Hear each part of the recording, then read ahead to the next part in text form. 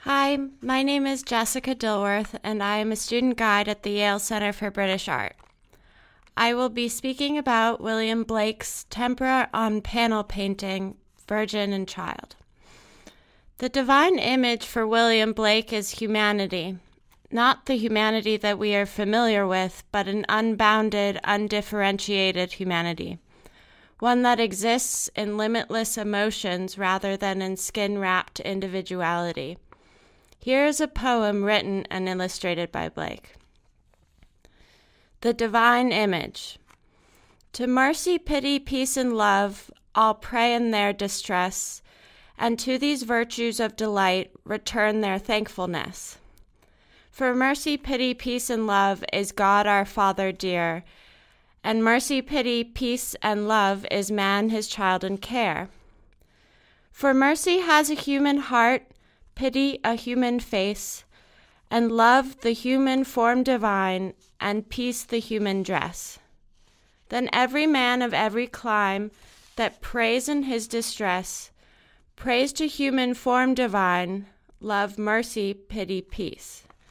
And all must love the human form, in heathen, Turk, or Jew. Where mercy, love, and pity dwell, there God is dwelling too. Like it does in this illuminated poem, divinity in Virgin and Child emanates from the combined elements, not solely from the child Jesus, but from the child, the mother, and the halos of light combined. The softly sloping shoulders of the mother enfold the child into one form, and yet their upwardly gesturing hands and the bursting of their halos point to a universality, one common humanity that is both God and man. The mother's tear and smile indicates the sublimity of sensory reaction in Blake's conception of the state of divinity. In this state, the senses cannot be reduced to simple, clearly delineated symbols or allegories, but instead dwell within the simultaneous tear and smile, within contradiction, within the antithesis of reason and logic. These contradicting expressions of emotion appear to be in reaction to the child. She gazes upon him, and her hands are thrown outward and upward by the blazing light emanating from his head.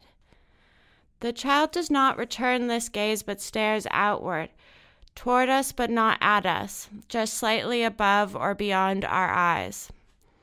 His right hand, however, unlike the other three hands in the painting, faces inward, back toward his mother.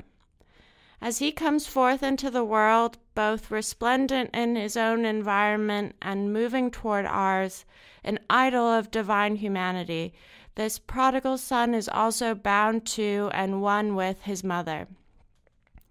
His hand is also turned back to face him, inviting the paradox that the two figures make up one form and overturning the idolatry of his singularity into fallacy. Unlike the dogmatic and iconographic tradition of the image of the Virgin Mary with a baby Jesus, to which the painting most certainly refers, the child's form is both integral to as well as distinct from the form of the mother, denying the idea of the singular divine form. He is divine, and everything else, as it is made out of the same stuff, is divine. The shining halo of the Virgin, as it reaches across the night sky, is not the cause of, but an equal to the stars we see behind her. Made in 1825, 2 years before Blake's death, this painting complicates an analysis of the artist's life, which was spent resisting organized religion through the practice of imagination.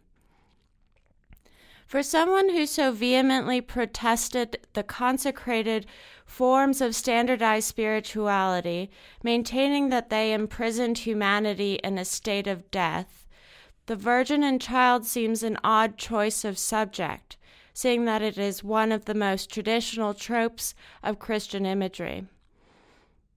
But Blake does see spirituality in this image, though not in its position as an icon. Rather, he sees in it a passage to salvation, a possibility of the Christ child turning his hand back to face his mother and himself. This simple human gesture can be seen not as the damnation of our state of moral turpitude, but as a forgiveness for the segregation and simplification of the divine image.